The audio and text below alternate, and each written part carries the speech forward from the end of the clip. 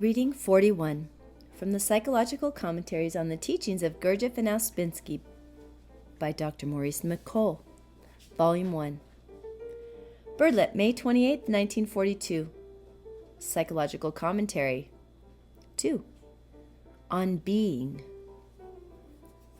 Part 1. Tonight we will speak again about knowledge and being. Can you remember anything that was said before about knowledge and being? Let me remind you that this teaching that we are studying says that there are two sides in a man that must develop in the gradual course of his transformation: the side of his knowledge and the side of his being.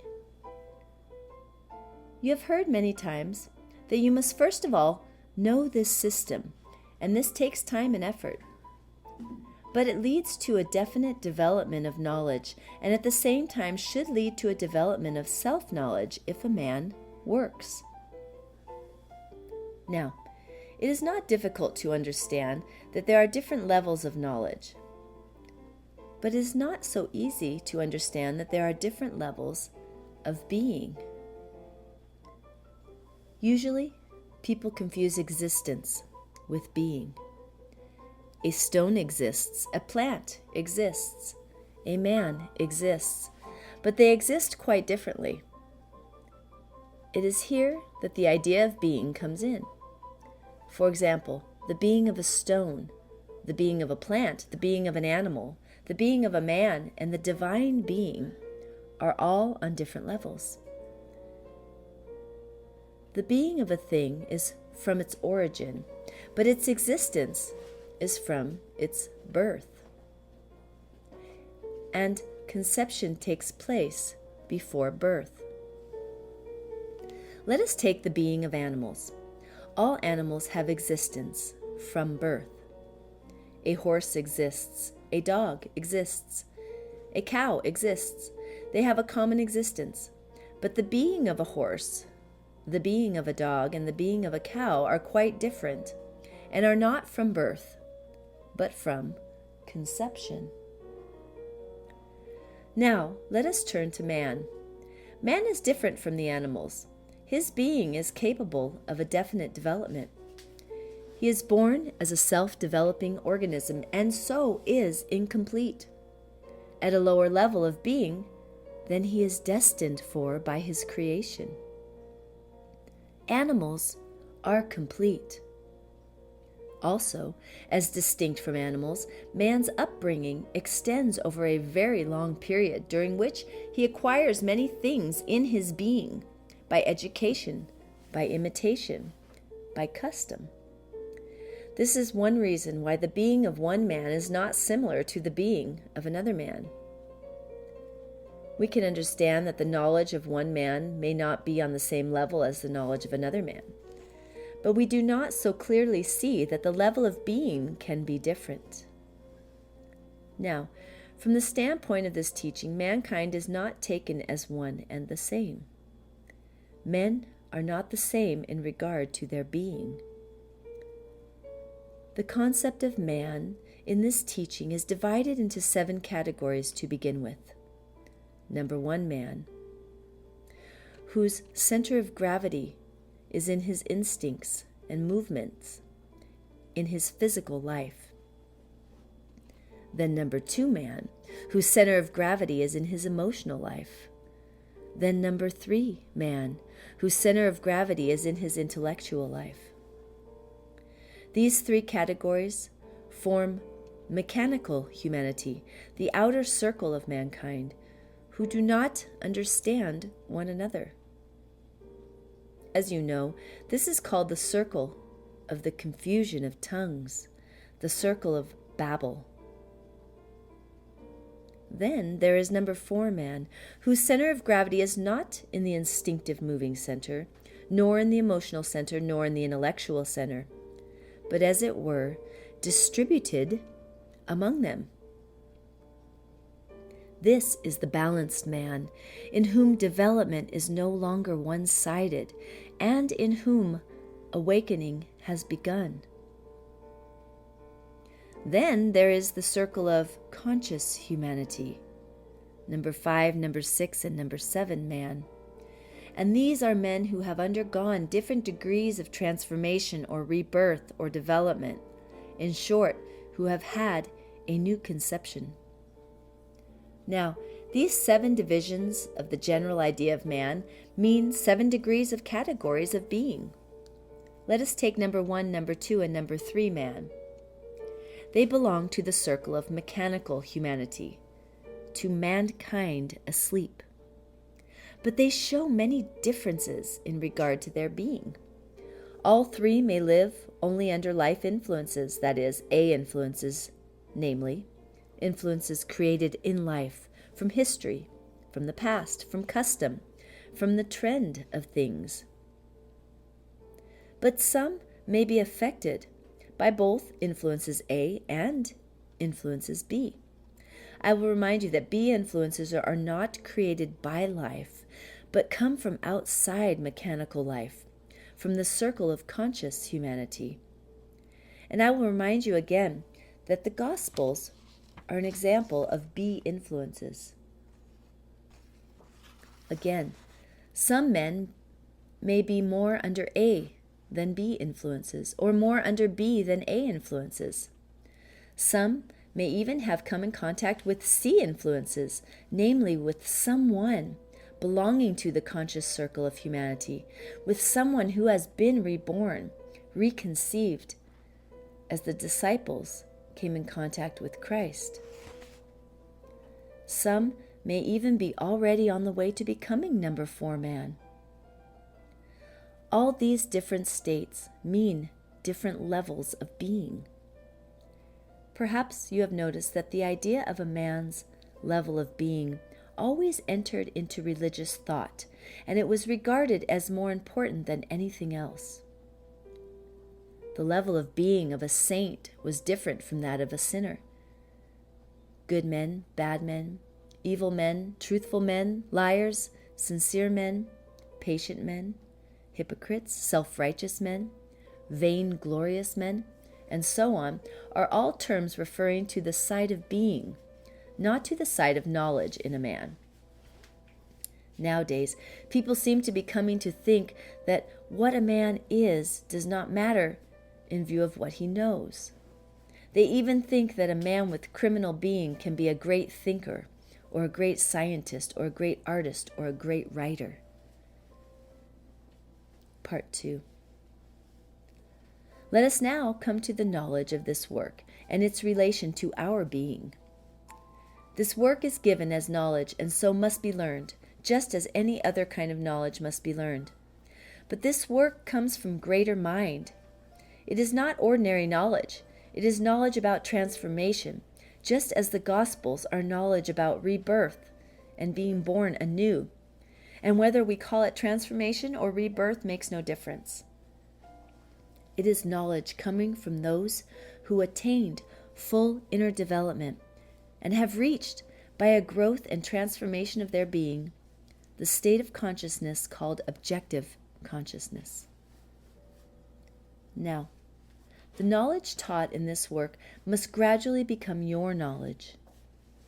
You must know the knowledge the work teaches, first of all, and this takes time and effort. But since this knowledge comes from a level of humanity far above our level of being, the full understanding of this knowledge will not be possible until our level of being corresponds with the level of knowledge that the work teaches. As you know, a union between knowledge and being is necessary before understanding results. For this reason, this knowledge that you are studying must be applied to your being, and you will certainly not apply it if you do not value the ideas of the work. A parallel development of knowledge and being is necessary. That is, you must work on your being in accordance with the knowledge you are taught to raise your level of being. With the level of being you possess at present, you will be able to understand the knowledge of the work up to a point. If you have something good in your being, you will be able to understand something of this work and not merely know it. There is a saying in the work that you must have gold to get gold. This refers to the quality of being a person has. If there is good in him, he already has a little gold. No one can understand beyond the level of this being. You will now see why a man with bad being, a degenerate man, a confirmed liar, a moral imbecile, a criminal, and so on, cannot understand this work. And also you will see why it is said in regard to new people entering this work that they must be at the level of good householders. But even so, they must be people who are looking for something, people who do not quite believe in life and who feel that there must be something else, some other meaning in their existence on this planet. Part 3. So many things are said in this teaching about being that it is impossible to speak of them at one time. Let me mention one thing said about being which interested me very much when I first heard it. The saying was, "Your being attracts your life." This saying made me see at once that there is a connection between what is outer and what is inner. For example, on a general scale, the level of being of mankind attracts war. If the being of mankind were on even a slightly higher level, war as it is now would be impossible. On an individual scale, a person's being attracts his life. It will always attract the same kind of things, the same situations, the same kind of friends, the same sort of people, the same difficulties, and so on, no matter where the person is or where he goes. To change being is to change one's life, but to change one's form of life is not to change one's being. By altering your outside condition, you will not change your life because your being will continue to attract a certain kind of life. A horse attracts to itself a certain kind of life, different from that of a cow or a dog, and you can understand that this is due to their difference in being. By changing its form of life, a cow will not change. You would not like a cow to sit with you by the fireside or be on your bed, not merely because it would be inconvenient, but because its being is so different from that of a dog.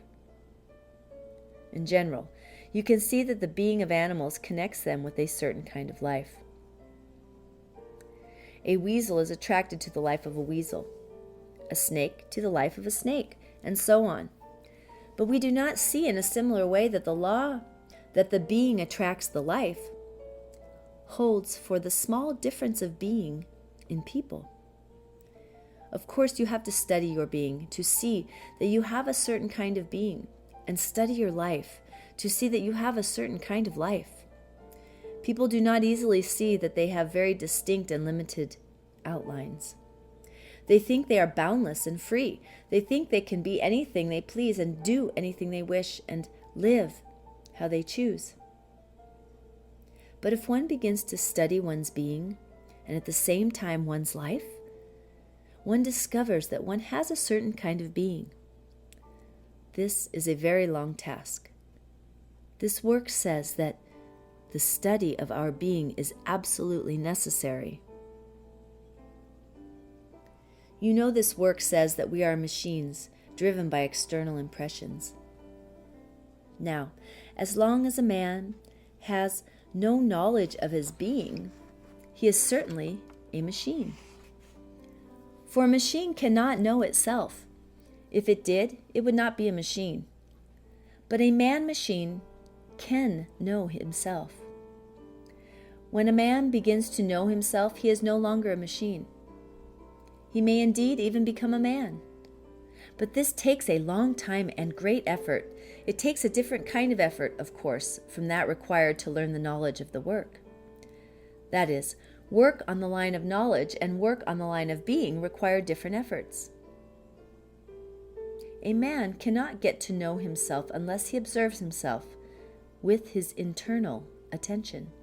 And he cannot observe himself intelligently unless he has been taught definite knowledge of what to observe and sees a reason for it. There are certain special factors in our being that prevent its development. One, for example, is negative emotions such as self-pity and so on. These special factors must be known first of all as a matter of knowledge. So you learn first the knowledge of the work, but then you must apply it so as to gain actual knowledge of your being in the light of the teaching. Knowledge of your being is self-knowledge. But in this teaching, it is a particular kind of self-knowledge because this teaching points to certain things in one's being that must be observed and ultimately changed through an increasing willingness to change them. Merely to know that negative emotions are bad and keep us at our level of being is not enough. But it often happens that people do not observe themselves along the lines taught them, or do not connect what they observe with what they are taught, or they take everything they think and feel and imagine and do and say for granted, and cannot see there is anything to observe. But how then can one expect to change oneself if one takes everything in oneself for granted? One is then a machine, not a man. It is strange not to be able to observe anything in oneself. A shock is necessary, but this often makes a person negative. Yet, then he notices something. Part 4.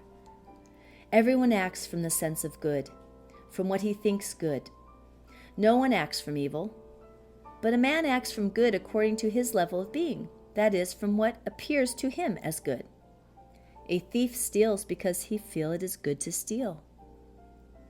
A revolutionist shoots people because he thinks it is good to shoot people.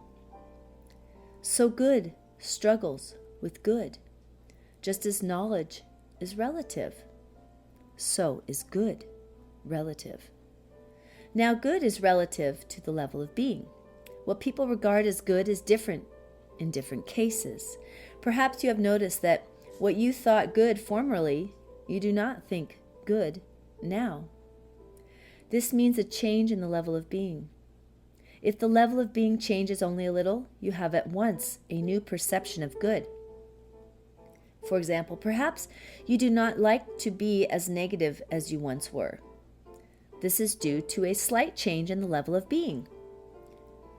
The knowledge of this work is about reaching a higher level, and so is about another life, here. But it must be learned and verified by application to one's being through self-observation and through personal thought about it. When its truth begins to be seen by you for yourself, the driver or mind in you is beginning to wake up from its life sleep. When you begin to see the good of doing and living the work, your being begins to change. When you see it as good to remember yourself, good to stop internal considering, good to step aside from ridiculous illusions and pictures of yourself, and from the vanity and self-conceit of false personality, good to dislike your negative states, good to realize your own nothingness at times, good to struggle with identifying always, good to think of all the teachings of the work, good to value it. All these and 1,001 other things. Then you are getting a new perception of good. And that means the level of your being is changing. And good of a higher or inner level is replacing the former level of good.